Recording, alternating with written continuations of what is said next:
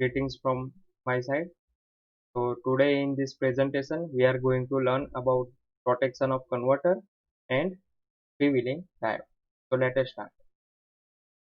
Overcurrent protection of SCR power converter using electronic crowbar circuit. So this is a special arrangement has made power converter is connected to the load. જે power converter છે આપણું એ load જોડે connected છે અને એને positive ને negative supply મળે છે. બરાબર. તો અહીંયા આપણે ક્રોબાર થાઇરિસ્ટરની ગોઠવણ એ રીતે કરી છે કે એની ગેટ સર્કિટ કે ગેટ ટ્રિગરિંગ પલ્સ એને કરંટ સેન્સિંગ રેઝિસ્ટર દ્વારા જે વોલ્ટેજ ડ્રોપ કરવામાં આવે છે એનાથી મળશે. તો તમે જોઈ શકો છો અહીંયા gate trigger circuit is connected to the R2 that is current sensing resistor. Okay, જોઈએ આપણે. સમજો કે પાવર ઇલેક્ટ્રોનિક્સ આ જે કન્વર્ટર છે એનું રેટિંગ 100 એમ્પિયર છે. બરાબર. તો લોડ 100 એમ્પિયર લેશે. દેટ મીન એનો મતલબ કે સપ્લાયમાંથી 100 એમ્પિયર આવતો હશે. બરાબર. અને ઇલેક્ટ્રિકલ એન્જિનિયરિંગમાં તમે બેઝિક્સ ખબર છે કે 100 એમ્પિયર જો ફેઝમાંથી આવતું હોય તો ન્યુટ્રલમાંથી કે નેગેટિવમાંથી એટલા જ એમ્પિયર રિટર્ન થતો હોય. બરાબર. સિવાય કે અહીંયા કોઈ ફોલ્ટ હોય તો એ મિસેલેનિયસ કેસ છે, પણ હાલ પૂરતું તમે આટલું યાદ રાખો. તો જ્યારે પણ ઓવરલોડ થઈ જશે તો કરંટ વધારે લેશે. એટલે સમજો કે 100 એમ્પિયરના રેટિંગ વાળું જે કન્વર્ટર છે એના બદલે 120 એમ્પિયર લેશે. ઓકે, 120 એમ્પિયર રિટર્ન પણ 120 એમ્પિયર જ જશે. એટલે 20 એમ્પિયરનો વધારો થયો 100 એમ્પિયરમાં.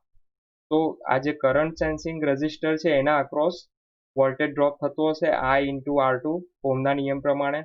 તો કરંટ જો વધી ગયો, આ કરંટ વધી ગયો તો આખો IR2 જે વોલ્ટેજ ડ્રોપ છે એ પણ વધી ગયો. તો આ ગેટ ટ્રિગર સર્કિટના વોલ્ટેજ એ રીતે સેટ કર્યા હશે કે આ સુધી અહીંયા નોર્મલ રેટિંગ વાળા કરંટ જો ફ્લો થતો હશે ને એટલો અહીંયા વોલ્ટેજ ડ્રોપ થતો હશે. ફોર સે this is R2 is 1 ohm. તો અહીંયા સમજો કે 100 એમ્પિયર એનું રેટિંગ છે કન્વર્ટરનું, તો 100 વોલ્ટ વોલ્ટેજ ડ્રોપ થતો હશે. પણ જેવો 100 વોલ્ટ કરતા વધશે એટલે સમજો કે આપણા કેસમાં 120 એમ્પિયરના કેસમાં 120 વોલ્ટ થશે. તો 120 વોલ્ટ કોને મળશે? ગેટ ટ્રિગર સર્કિટને મળશે. અને બાય ધેટ વે આ જે ક્રોબાર થાઇરિસ્ટર છે એ ફાયર થશે, એટલે કે કંડક્ટ થશે. It will become short circuit. It will become short circuit.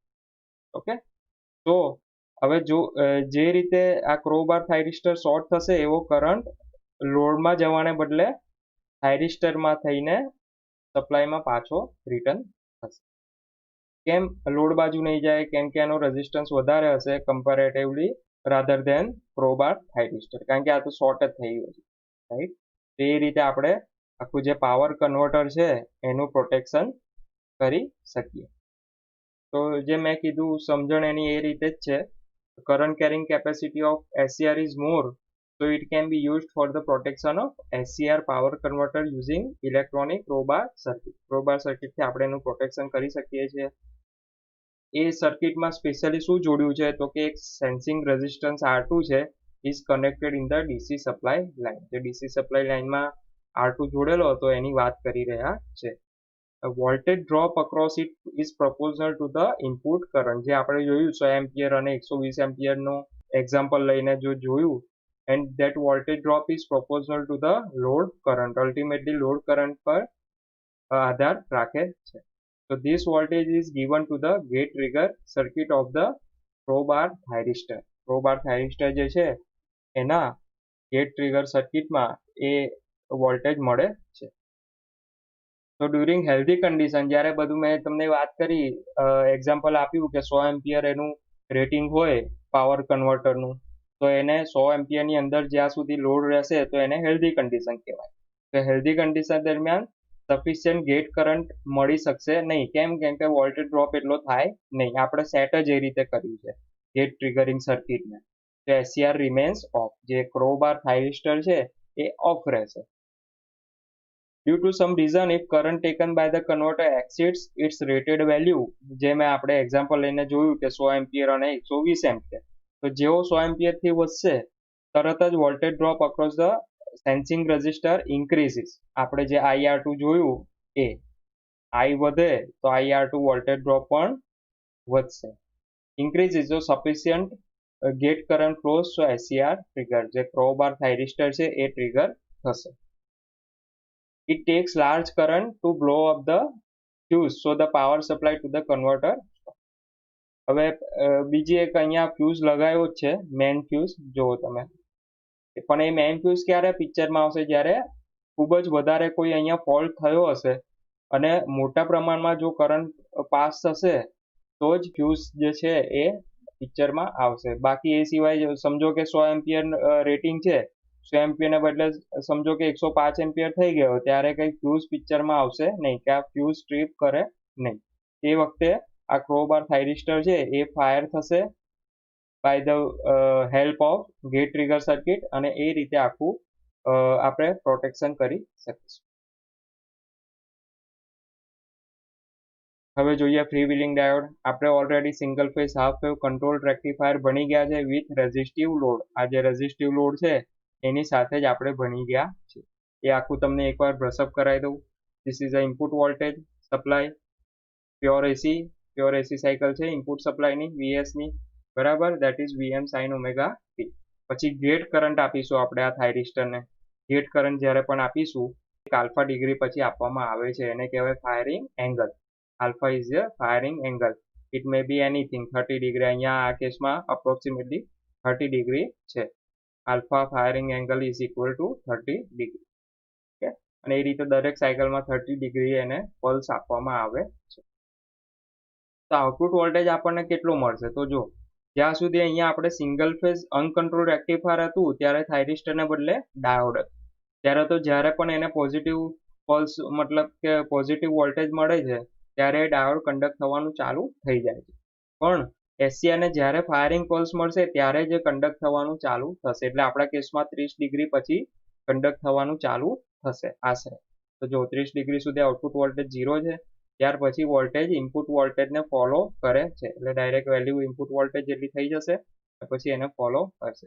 અને નેગેટિવ હાફ સાયકલ દરમિયાન તો થાઇરિસ્ટર કન્ડક્ટ થાય નહીં, કારણ કે એ વખતે રિવર્સ બાયસમાં હશે, એટલે એ દરમિયાન આઉટપુટ વોલ્ટેજ તમારો 0 જ રહેશે, બરાબર. અને એ જ રીતે સેકન્ડ સાયકલમાં ફરીથી એ જ રીતે ફાયરિંગ પલ્સ આપવામાં આવે છે દર વખતે, દેટ ઇઝ 2π પ્લસ આલ્ફા, ત્યારથી કન્ડક્ટ થવાનું ચાલુ થાય છે.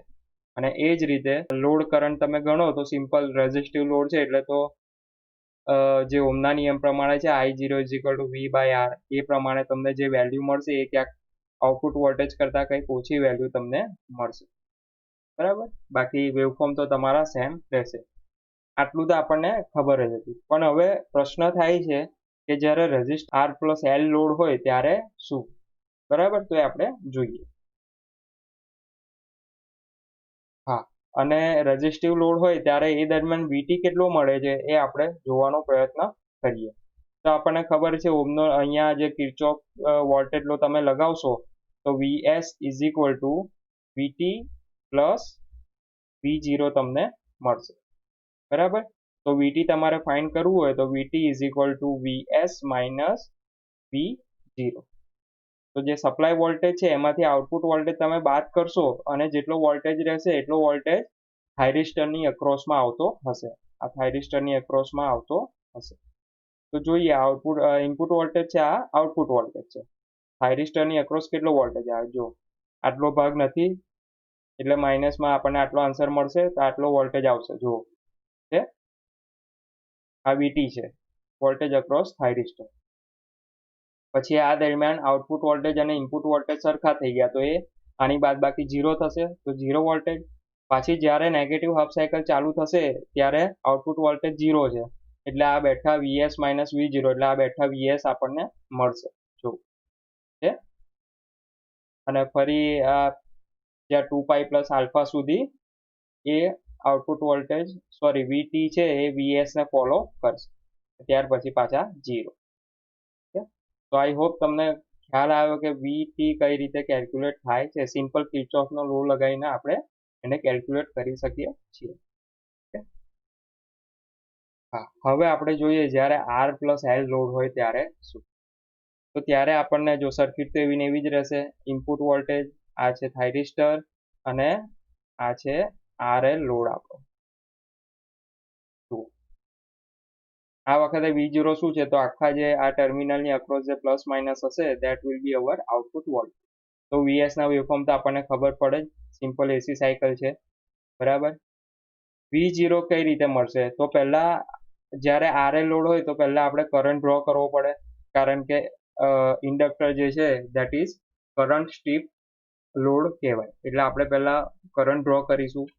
તો કરંટ ઇન્ડક્ટરની એક પ્રોપર્ટી આપણને ખબર છે કે di/dt ને અપોઝ કરશે, ચેન્જ ઇન કરંટને અપોઝ કરશે. એટલે જેમ કરંટને ફટાફટ નહીં તો વધવા દે, ના કે ઘટવા દેશે, બરાબર. એટલે જુઓ, જ્યારે આપણે ફાયરિંગ પલ્સ આપીએ છીએ આલ્ફા, અહીંયા આલ્ફા એ ફાયરિંગ પલ્સ આપણે આપી, ત્યાં સુધી કરંટ 0 જ હશે.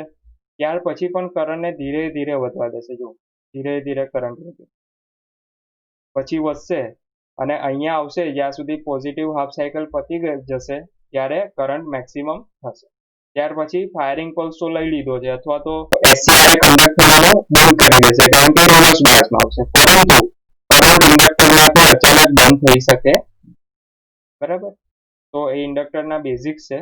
તો કરંટ ધીરે ધીરે બિલકુલ બંધ, આ રીતે બિલકુલ બંધ થવાને બદલે ધીરે ધીરે ઘટશે. જો, તો આ ઇન્ડક્ટરમાંથી આવતો કરંટ છે અને આ બ્લુ લાઇન છે ધેટ ઇઝ ઇન્સ્ટન્ટેનિયસ જો બંધ થઈ જાય તો આર લોડ હોય તો એવું શક્ય છે, પરંતુ RL લોડ હોય તો એવું શક્ય નથી. એટલે જો કરંટ ધીરે ધીરે ઘટશે, એક ટાઈમ આવશે ત્યારે 0 હશે. એટલે જ્યાં સુધી અહીંયાથી કરંટ ફ્લો થાય છે, લોડમાંથી કરંટ ફ્લો થાય છે, ત્યાં સુધી આઉટપુટ વોલ્ટેજ તો 0 થવાના નથી, બરાબર. એટલે હવે આના પરથી આપણે આઉટપુટ વોલ્ટેજ ડ્રો કરવાનો ટ્રાય કરીશું. જુઓ, જ્યાંથી એસસીઆર કન્ડક્ટ થવાનું ચાલુ થશે, અહીંયાથી ફાયરિંગ પલ્સ આપ્યો, ત્યાંથી કરંટ ચાલુ થાય છે, એટલે ત્યાંથી આઉટપુટ વોલ્ટેજ મળવાના ચાલુ થશે. And output voltage will simply follow the input voltage. એટલે એ જ રીતે છે, જો ઇનપુટ વોલ્ટેજને ફોલો કરે છે. હા, હવે અહીંયા જ્યારે નેગેટિવ હાફ સાયકલ ચાલુ થાય છે એ દરમિયાન ખરેખર વોલ્ટેજ 0 થઈ જવો જોઈએ, પરંતુ થતો નથી.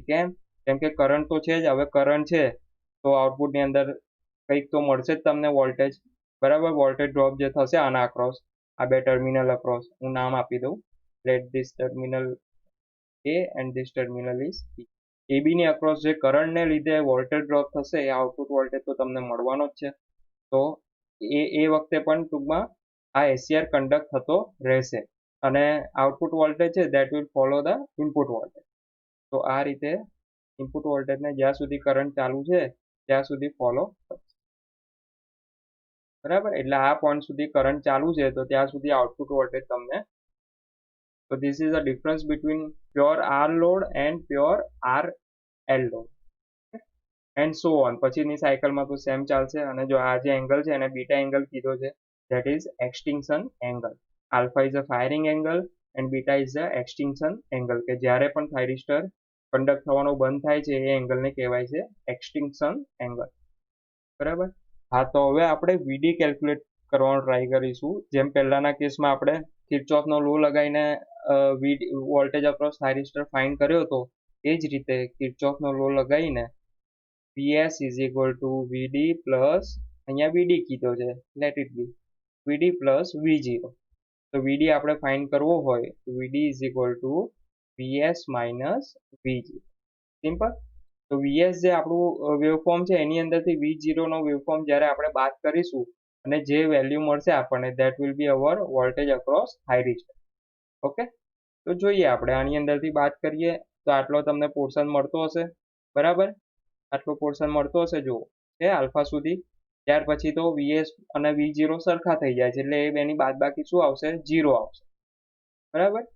પછી ફરી જ્યારે આલ્ફા આવશે ત્યાં સુધી એને વોલ્ટેજ મળશે આ રીતે. જો આ બેની બાદબાકી કરશો તમે તો 0 જ મળશે.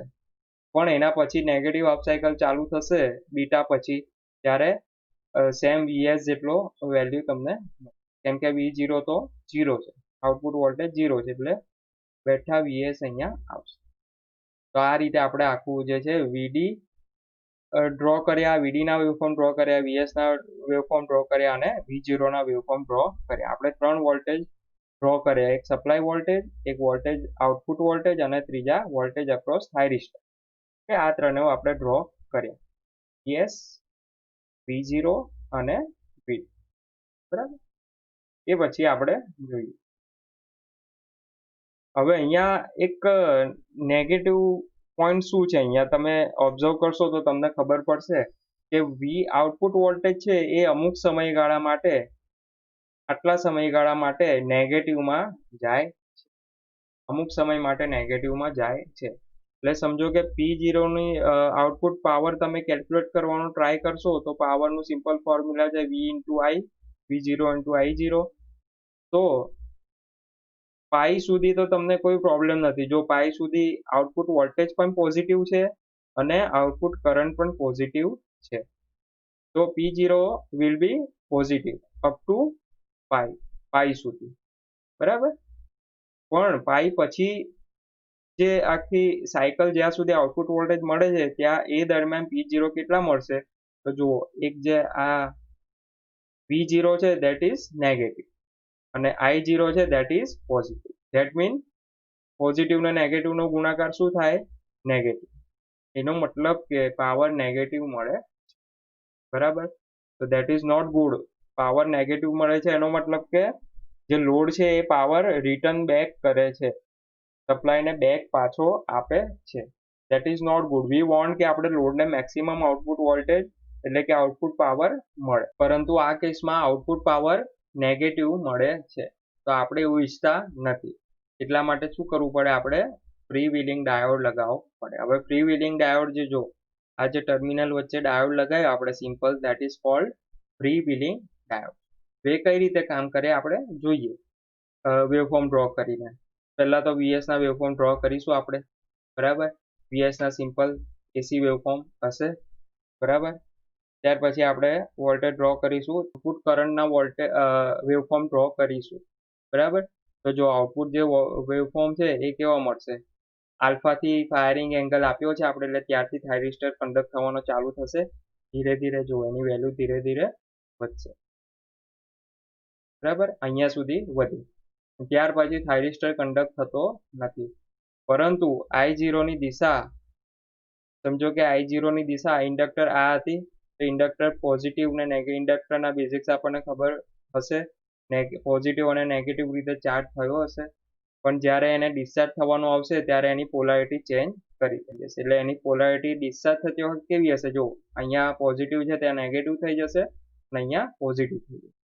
તો તમે જોશો તો પોઝિટિવ જે ડાયોડના એનોડ છે, ડાયોડનો એનોડ એને ડિરેક્ટલી પોઝિટિવ મળે છે, બરાબર. અને આની જોડે એનર્જી છે, તો ડાયોડ સીધો કન્ડક્ટ થવાનું ચાલુ થઈ જશે, આ દિશામાં કરંટ ફ્લો થશે.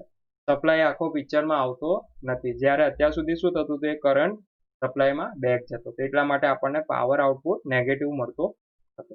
એટલે આ ડાયોડ જે છે એ કન્ડક્ટ થવાનો ચાલુ થયો તો કરંટ કન્ટિન્યુઅસ મળે છે આપણને. જો કરંટ જે છે that will become continuous until 2π સુધી આપણને. હવે જેટલો કરંટનો ઇન્ડક્ટરનો એક નિયમ છે, જેટલો ચાર્જ થાય એટલો જ ડિસ્ચાર્જ પણ થાય, એટલે એ રીતે એટલી સાયકલ સુધી ચાલુ રહે છે. પછી ફરી અહીં 2π પર આવતા આવતા 0 થઈ જાય છે, પછી ફરી એની એ સાયકલ ચાલુ, બીજી સાયકલમાં એ જ રીતે ફોલો કરશે.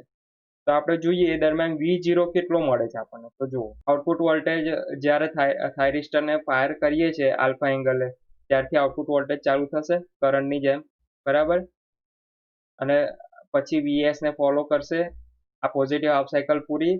પછી નેગેટિવ હાફ સાયકલ દરમિયાન શું થાય છે, જુઓ વોલ્ટેજ આઉટપુટની અક્રોસ કેટલા વોલ્ટેજ મળે છે, આઉટપુટની અક્રોસ કેટલા વોલ્ટેજ મળે છે, તો કે આ જે ફ્રી વ્હીલિંગ ડાયોડની અક્રોસ જેટલા પણ વોલ્ટેજ હશે એટલા જ આઉટપુટની અક્રોસ વોલ્ટેજ હશે, બરાબર. એ કારણ કે એ બંને પેરેલલમાં છે. તો જોઈએ આઉટપુટની અંદર જ્યારે અહીંયા સુધી કરંટ મળે છે તમને આઉટપુટમાં, ત્યાર પછી તો ફ્રી વ્હીલિંગ ડાયોડ શોર્ટ થઈ જાય છે, એનો મતલબ કે એની અક્રોસ વોલ્ટેજ 0 છે. તો જ્યાં સુધી ફ્રી વ્હીલિંગ ડાયોડ પિક્ચરમાં હશે ત્યાં સુધી આઉટપુટ વોલ્ટેજ 0 રહેશે. જુઓ પછી ફરી 2π પ્લસ આલ્ફા સાયકલ બીજી સાયકલ ચાલુ થશે ત્યારે તો એનું એ રિપીટ થશે.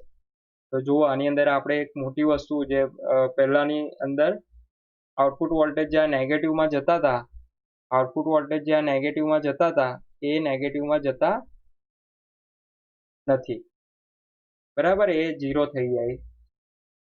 તો બાકીનો જે વોલ્ટેજ છે એ કોના અક્રોસ આવે છે, તો એ VD ના અક્રોસ આવે છે. આ VD જ્યારે આપણે ડ્રો કરીએ ત્યારે મેં હમણાં સુધી આપણે જે સમજ્યા એ જ રીતે આપણે હમણાં સુધી જે રીતે કરતા હતા એ જ રીતે ડ્રો કરીશું. VS is equal two VD plus V0, એટલે VD is equal two VS minus V0. તો જો જે વોલ્ટેજ આઉટપુટની અક્રોસ નહીં હોય અને સપ્લાયમાં હશે એ જ વોલ્ટેજ VD ની અક્રોસ આવશે. જો આટલો પાર્ટ આવ્યો, આટલો પોર્શન, ત્યાર પછી નેગેટિવ સાયકલ આખી અને પાછો આટલો પાર્ટ આવ્યો, પછી બીજી સાયકલ ચાલુ થઈ. ઓકે, તો આઈ હોપ તમે સમજી શક્યા હશો. અને હા, આઈડી જે આપણે ડ્રો કરવો છે તો ક્યારે આવશે તો જોઈએ. આઈડી અને આઈએસ ડ્રો કરીએ કે કયો કરંટ સપ્લાયમાંથી આવે છે, કયો કરંટ સપ્લાયમાંથી આવે છે અને કેટલો કરંટ ડાયોડ ફ્લો કરે છે તે આપણે જોઈએ. જો સપ્લાયની અંદરથી ડાયોડની અંદર મેં તમને જેમ કીધું, આ જ્યાં સુધી પોઝિટિવ સાયકલ ચાલતી હશે, પોઝિટિવ હાફ સાયકલ, ત્યાં સુધી તો ડાયોડ પિક્ચરમાં આવતો નથી. ત્યાર પછી ઇન્ડક્ટરની પોલારિટી ચેન્જ થશે અને ડાયોડ કન્ડક્ટ થવાનું ચાલુ થશે. એટલે આના પછીનો જે કરંટ છે, જે પણ કરંટ છે એ બધો ડાયોડમાંથી આવતો હશે. તો જો ડાયોડનું કરંટનો વેવફોર્મ તમે જોઈ શકો છો, અહીંથી જ ચાલુ થાય છે, બરાબર, જ્યાંથી નેગેટિવ હાફ સાયકલ ચાલુ થાય છે ત્યાં. અને એ સિવાયનો જે કરંટ છે એ તમને સપ્લાયમાંથી આવતો હશે, બરાબર. એ પણ તમે કિર્ચોફનો લો આ પોઈન્ટ પર લગાવો તો તમને ખબર પડે. IS એ રીતે પણ શોધી શકાય. IS બરાબર IS plus ID is equal two junction તરફ આવતા ઇઝ ઇક્વલ ટુ જંકશનથી દૂર જતા, એટલે I0, બરાબર. તો ID તમારે ફાઇન્ડ કરવો હોય તો તમને સિમ્પલી મળે I0 માઇનસ IS, બરાબર. I0 માઇનસ, એટલે I0 માંથી IS બાદ કરો અને જેટલો કરંટ રહે એટલો તમને ડાયોડનો કરંટ મળી. ક્લિયર? તો આઈ હોપ તમે ફ્રી વ્હીલિંગ ડાયોડ સમજી ગયા. આના મેઇન પોઈન્ટ્સ યાદ રાખવા જેવા એ કે V0 જે છે આઉટપુટ વોલ્ટેજ આપણો નેગેટિવમાં જતો નથી. ધેટ મીન આપણે લાસ્ટ ટાઈમ જેમ વાત કરી હતી, આઉટપુટ પાવર છે that is V0 into I0. તો પહેલાના કેસમાં ઇન્ડક્ટિવ RL લોડ હોય અને ફ્રી વ્હીલિંગ ડાયોડ ન હોય ત્યારે એ આપણને નેગેટિવ મળતો હતો. જ્યારે અહીંયા તમે જોશો તો એક કેસમાં તમને P0 નેગેટિવ મળશે, P0 ઓલવેઝ તમને પોઝિટિવ મળશે. પ્લસ I0 ના વેવફોર્મમાં પણ ચેન્જ થયા because of free wheeling diode. એ બધા પોઈન્ટ્સ ઓબ્ઝર્વ કરવાના છે. તો આઈ હોપ તમે સમજી શક્યા છો. અને હવે આપણે એડવાન્ટેજ જોઈએ ફ્રી વ્હીલિંગ ડાયોડના. પહેલું તો increase in power supply to the load. Power supply જે થાય છે લોડને એ ઇન્ક્રીઝ થાય છે, તો જોયું જ આપણે P0 નું કેલ્ક્યુલેશન કર્યું. એક કેસમાં નેગેટિવ આવતા હતા, બીજા કેસમાં પોઝિટિવ આવ્યા છે, બરાબર. ત્યાર પછી improvement in load current waveform. Load કરંટનું જે વેવફોર્મ છે એની અંદર પણ ઇમ્પ્રુવમેન્ટ આપણને જોવા મળ્યું છે. જોઈએ લોડ કરંટ છે એના વેવફોર્મમાં પણ તમને પહેલા કેવો હતો, આ રીતના હતો, એના બદલે તમને ઇમ્પ્રુવમેન્ટ જોવા મળ્યું છે. લોડ કરંટ ફ્રી વ્હીલિંગ ડાયોડને લીધે ઇમ્પ્રુવ થાય છે. અને થર્ડ પોઈન્ટ છે for same input VA rating power supply to the load increase. એ તો આપણે જોયું જ, આનો ક્યાંક ને ક્યાંક બીજો અંશ આ રીતના છે, એટલે કે ઇનપુટ સાઈડથી આ પોઈન્ટ લખેલો છે, બરાબર, અને આઉટપુટ સાઈડથી લખેલો છે. તો two the load is increase, so improvement in input power factor. Input power factor જે છે એની અંદર પણ આપણને ઇમ્પ્રુવમેન્ટ જોવા મળે છે ફ્રી વ્હીલિંગ ડાયોડને.